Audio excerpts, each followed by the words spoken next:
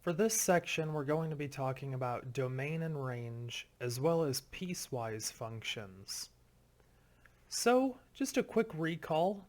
The domain of a graph is all the x values it contains, and the range of the graph is all the y values it contains. So, for this example, I apologize for this being a little bit cramped, but we just want to look at this graph and decide what the domain and range of it are.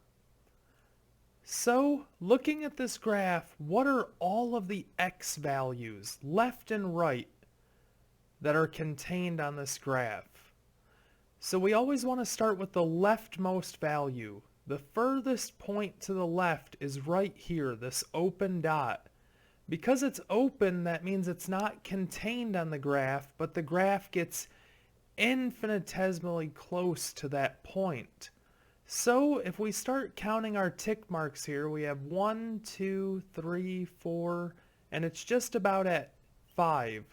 So the domain starts at -5, but because it's an open dot, we put a parenthesis with it.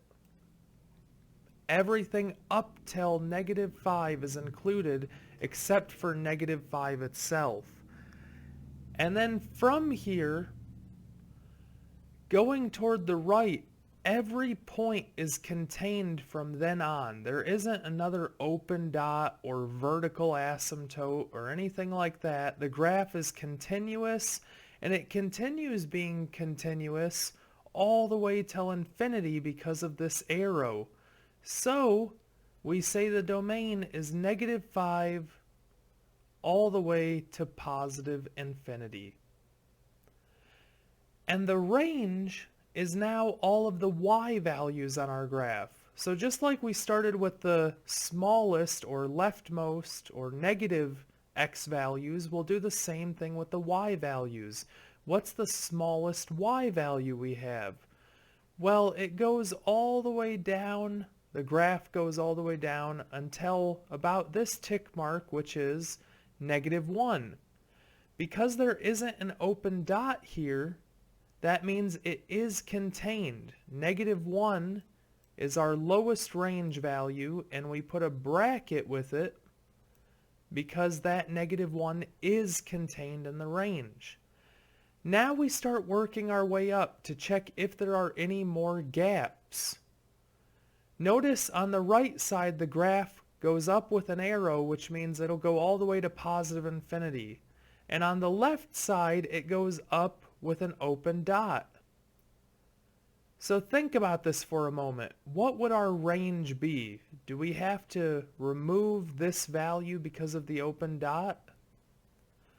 The answer is we do not have to remove it, because even though y equals +3 is removed on the left, it is contained right here on the right. And because it's contained here, we only need it contained once to put it in the range. So we do include it in our range values, meaning everything upwards from -1 is included in the range. Our range is -1 all the way to positive infinity.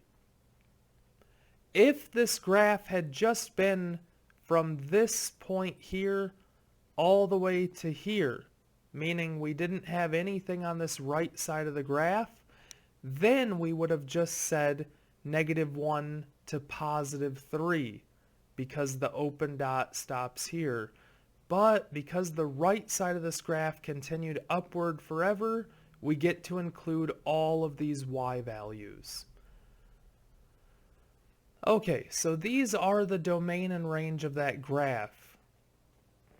But just like we've talked about in the past, graphs are not the most accurate way to decide whether or not you're dealing with a certain value. Notice whenever we went through these values, I said it's about at -5, it's about at +3, but we don't know that for sure. So we need a more concrete, precise way to prove these things. So we'll introduce this process. To find the domain of a function, we're going to start with negative infinity to positive infinity, meaning all real numbers are our starting point. And then from there, we're going to do two things. We're going to remove any values that cause division by 0, meaning anywhere that we can set the denominator equal to 0, we will remove that from the negative infinity to positive infinity. We will also remove any values that cause negative values within even radicals, meaning a square root or a fourth root or a sixth root and so on. So let's go ahead and try some examples with that. Meaning, just a quick note, once we've done both of these removals, we'll be left with the domain itself from what we started with. So, back over here, we'll go through some examples. We have f of x equals x over x plus 2, and we want to find the domain. So, again, we start with all real numbers. Everything is an answer right now. And now we're going to check case 2, the second step. Remove any values that cause division by 0. Well, can we have division by 0 in this problem?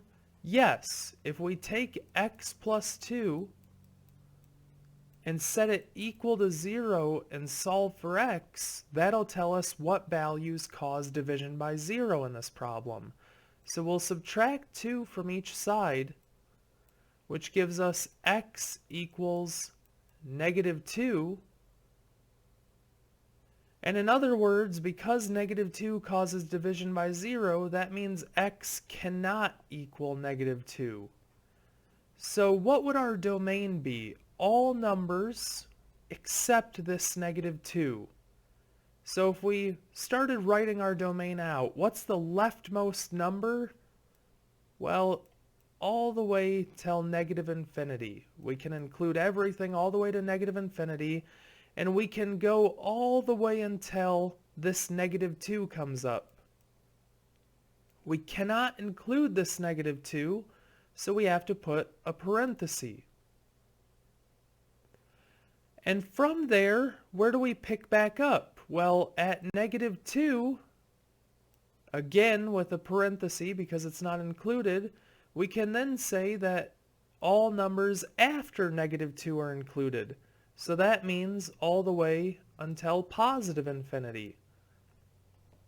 Both of these intervals represent the set of numbers that will be in the domain of this problem, that we can plug into it without causing any errors.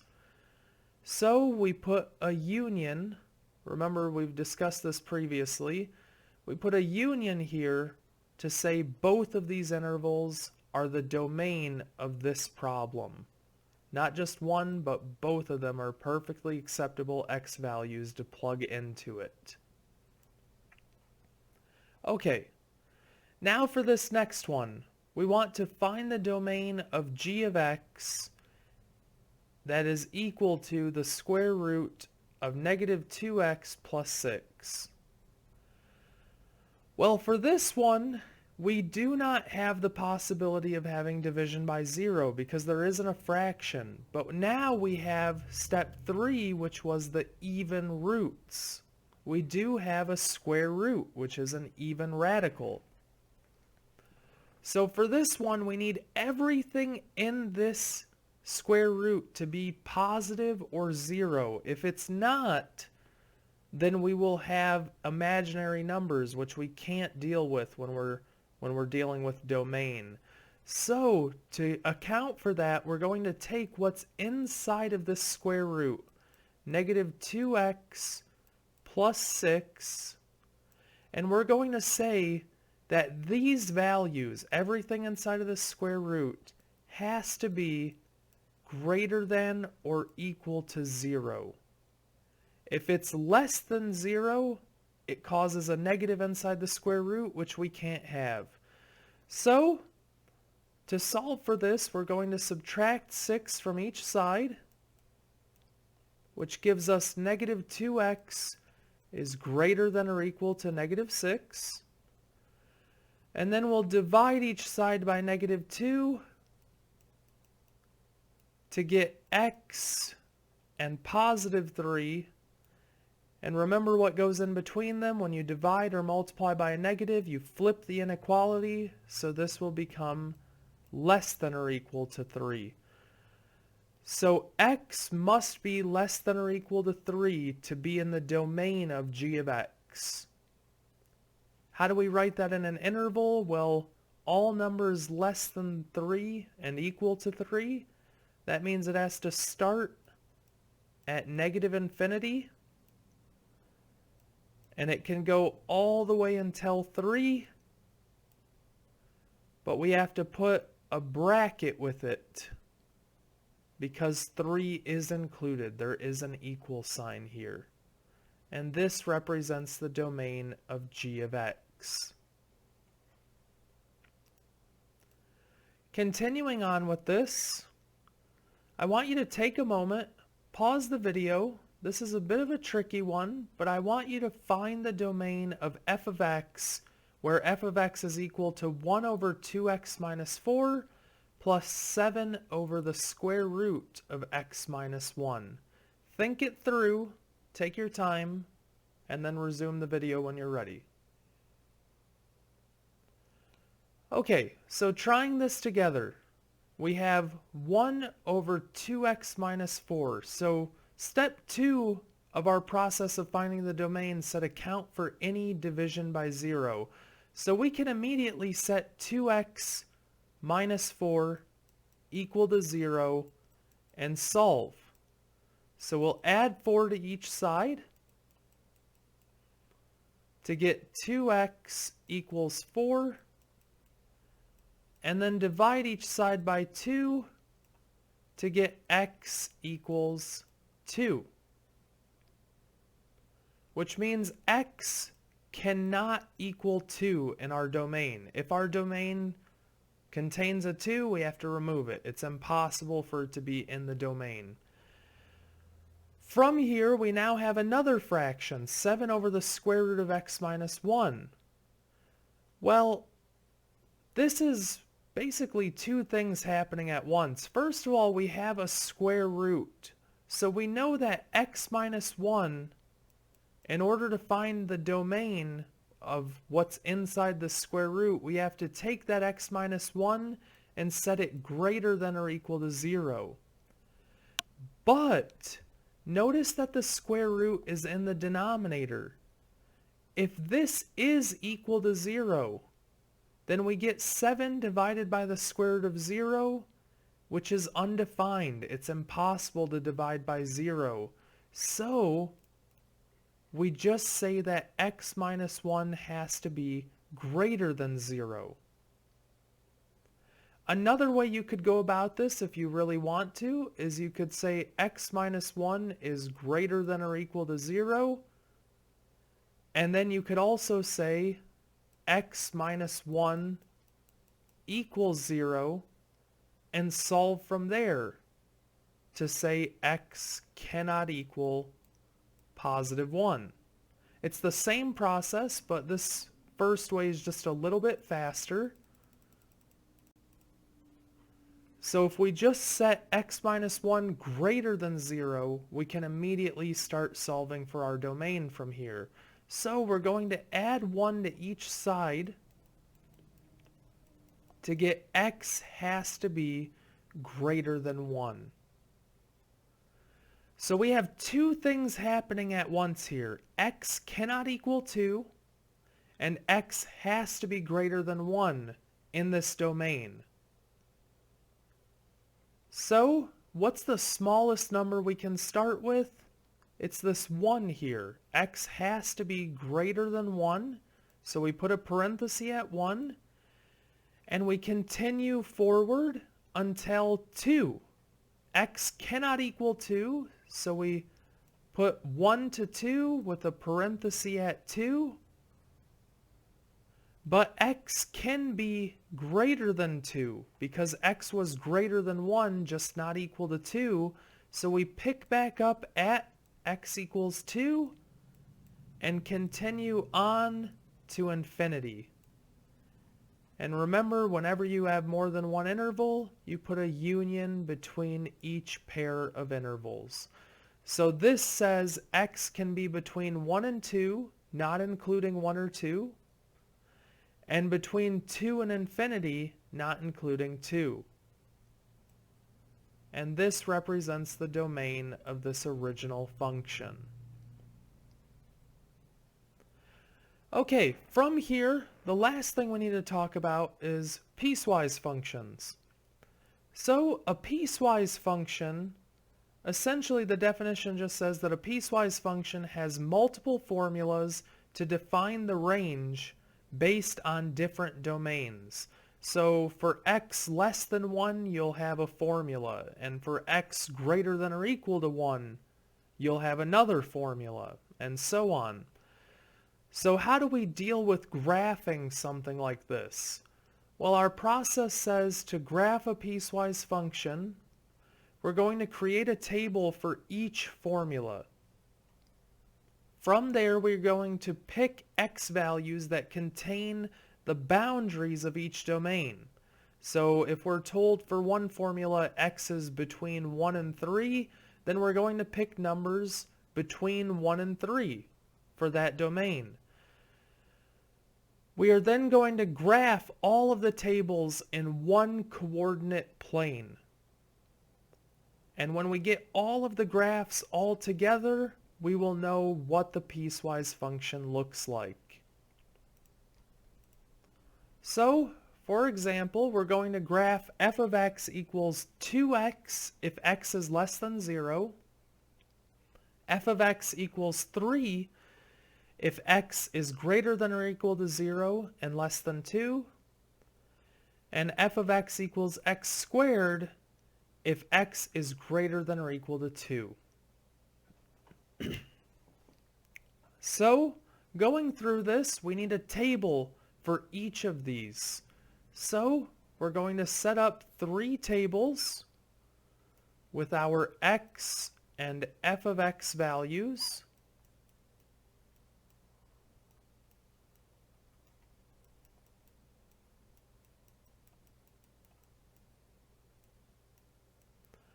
And now that we have the 3 tables, we're going to pick boundary values for the domain.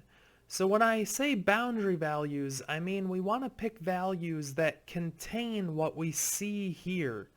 Even if it's not included, like it doesn't have an equal sign with this less than symbol, we'll still put it, we'll just note that there's a hole at that point. So, for example, with our first table, x has to be less than 0. We're going to pick x equals 0 for our first x value. And then we'll put something like a star, for example, to say that this is a hole. There's a hole on the graph at this point, but we still need to know what the graph looks like as it approaches this point. Now we want values that are less than 0. So we'll say -1 and -2. In general, you want at least 3 points for each of these tables. From here, f of x equals 3. The domain is 0 to 2, not including 2. So we'll include 0. We won't put a star next to it because it is not a hole. There is an equal sign. We'll put 2, but with the 2 we will put a star next to it because there is just an inequality there, not an equal sign. And now we want an x value between these two. Any value you pick will work, but 1 will probably be the easiest. And now we do that exactly the same for the last domain. X is greater than or equal to 2. We start at 2. We do not need a star because we have an equal sign. And now we want greater than 2, so 3 and 4. Okay, so for this first function, f of x is equal to 2x. So what do you get when you plug 0 into 2x? Well, 2 times 0 is just 0.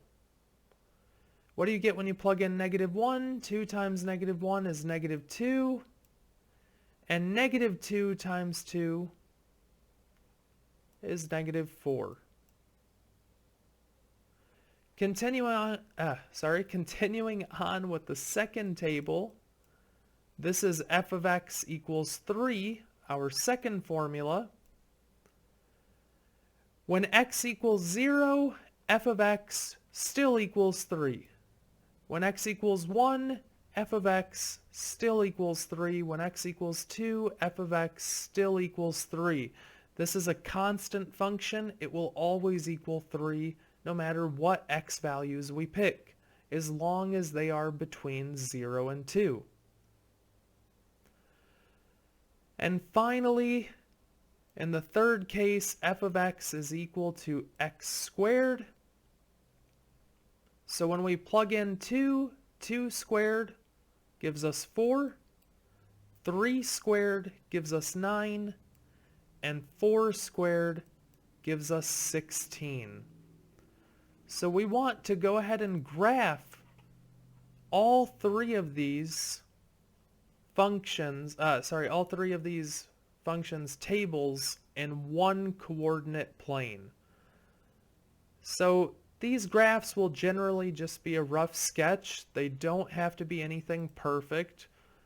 So we need x values from -2 all the way to +4. That's our lowest and greatest x values. So I'll go ahead and say -3 to +5.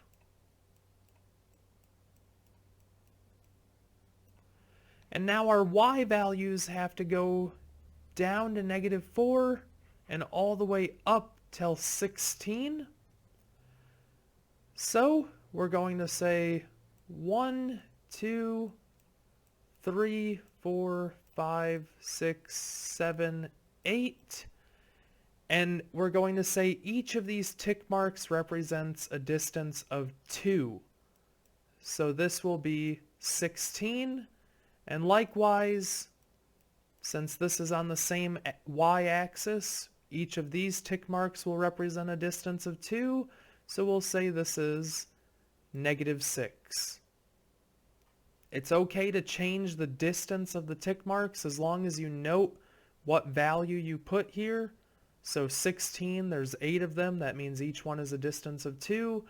And as long as you keep them the same on the same axes. So on this x-axis, they were a distance of 1 apart. On the y-axis, they were a distance of 2 apart. It has to be the same on the same axis. Okay, so graphing our first table, we have the point 0, 0. We'll start with that. And I'm going to go ahead and color code each of these. This first graph will be red. The second graph will be green. And the third graph we'll go ahead and say is purple. So starting with our red graph, we have the point 0, 0. So we have to put a hole there because again we had a star next to it. Now we have the point -1, -2. So we go -1 on the x-axis, -2 on the y-axis. Remember, 1 tick mark means a distance of 2 on our y-axis. And we'll put a point. And now -2, -4. So this is -2 on the x. This is -4 on the y. So we get a point right here. Connecting our dots, we go all the way until this hole. And we get a straight line shooting off toward the bottom left. From here, we now have our green graph, which had the point 0, 3. So 3 is going to be right in between this 2 and 4. We'll put it right here. Now 1, 3. And then 2, comma 3. But remember 2, we had a star next to it. That means there is a hole there. So we'll put it just like that. Connecting the dots, we have a horizontal line here. And finally, we have our third graph, which has the point 2, comma 4. So 2, 4 is right here. 3, comma 9. So going up on our y-axis, this is 4, 6, 8, 9 is about here. So 3, comma 9. And then 4, comma 16. So this is 4, 16 is up here. So it's about here. And although it might not be very easy to see because this is just a rough sketch, remember this is x squared is the function we were working with. That means it looks like a parabola. So we're not going to connect it with a straight line. It should have a curve to it, like so. And this is the piecewise function that we were asked to graph. Notice it has 3 different formulas. And this is very practical for real-world applications. A lot of times your data doesn't follow just one formula. It'll change over time, and you need to be able to represent that with different domains and formulas. So, I want you to take a moment, pause the video, see if you can't graph g of x equals x plus 1 if x is less than 2, and 2x minus 1 if x is greater than or equal to 2. Okay, trying this together, first thing we need to do is create our tables. So we have x and g of x. The first formula is x plus 1. And then we have x and g of x. The second formula is 2x minus 1. The domain of the first formula says x has to be less than 2 without an equal sign. So we pick 2 as our first value, but we put a star next to it because there is no equal sign. And now we want a couple of numbers less than 2, so we'll pick 1 and 0. For the second table, we have x has to be greater than or equal to 2. So we pick 2. We do not need a star next to it because there is an equal sign. Then greater than 2, we have 3 and 4. Plugging these values in, plugging 2 in, we get 2 plus 1 is 3. 1 plus 1 is 2. And 0 plus 1 is 1. For the second table, we have 2 times 2 is 4. Minus 1 gives us 3. 3 times 2 is 6. Minus 1 gives us 5. And finally, 4 times 2 is 8. Minus 1 gives us 7. And now we will just quickly graph these in the same coordinate plane. And remember, nothing perfect, just a quick sketch.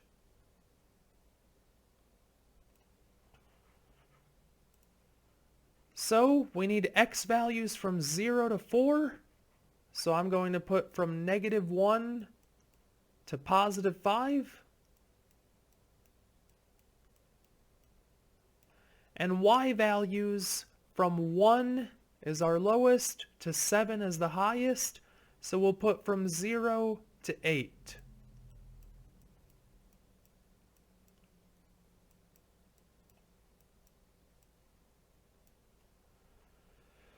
So graphing our first graph, again we'll say the first one is red, the second one is green.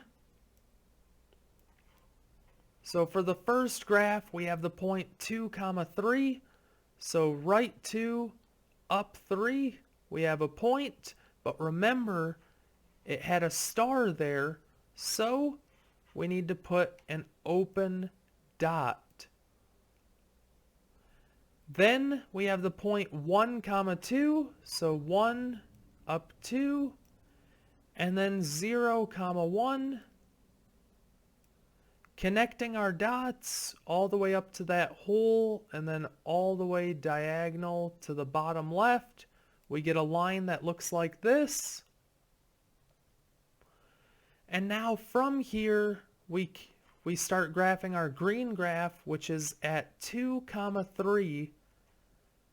Notice that's the exact point we had before, so we'll fill this hole in with green.